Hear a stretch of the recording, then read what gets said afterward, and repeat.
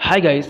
आज हम क्लास 12 के flamingo English text book chapter number 7 the interview के तमाम क्वेश्चन आंसर को हल करेंगे, जिसके ऑथर हैं Christopher Sylvester.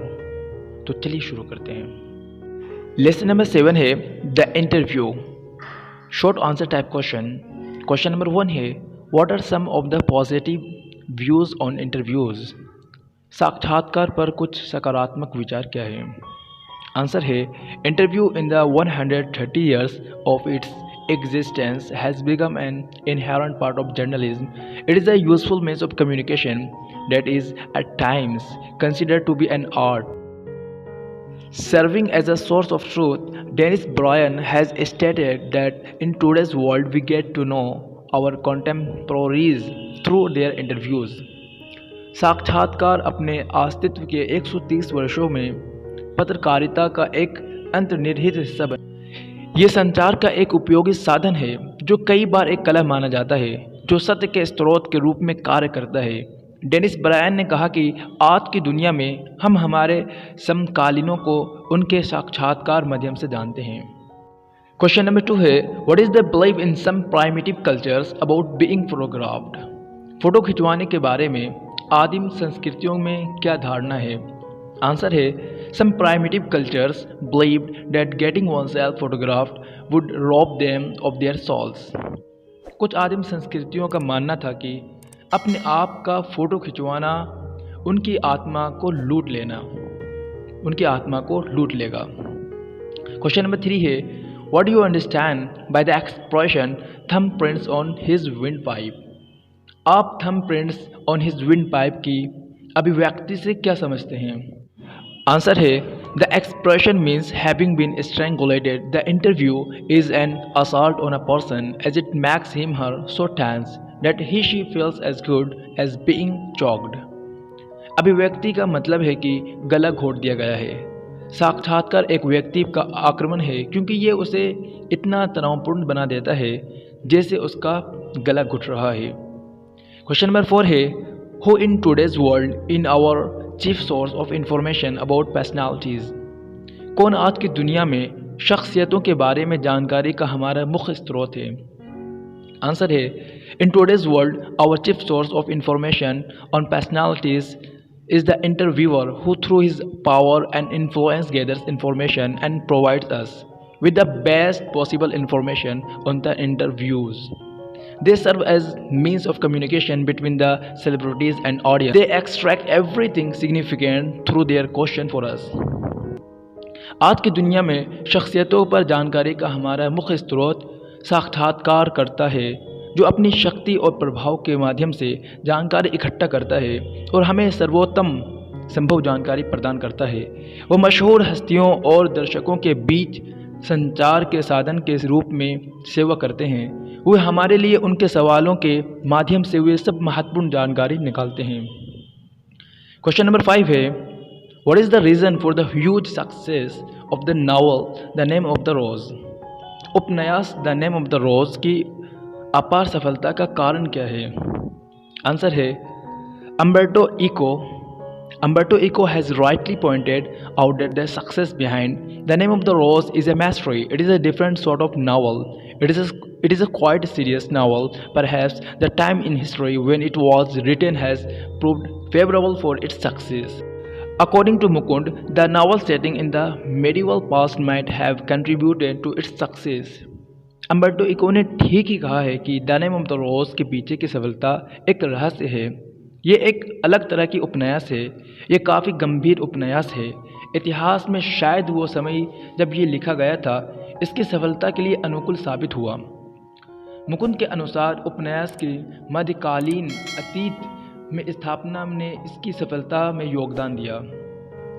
Long answer type question की बात करें, क्वेश्चन नंबर 1 है Why do most celebrity writers despise being interviewed?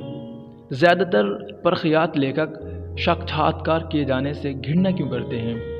Answer है Celebrity writers believe that interviews unduly interfere in their private lives. They regard themselves as victims of interviews. They claim that the interview in some way diminishes them, Just as in some primitive cultures, it is believed that portrait of a person take away his soul. Certain celebrity like V.S. Naipaul claimed that some people are wounded by interviews and loss of parts themselves, while others like Rudyard Kipling have referred to it as प्रख्यात लेखकों का मानना है कि साक्षात्कार उनके निजी जीवन में हस्तक्षेप करते हैं। वे खुद को साक्षात्कार का शिकार मानते हैं। वे दावा करते हैं कि साक्षात्कार एक तरह से अपमानित करता है।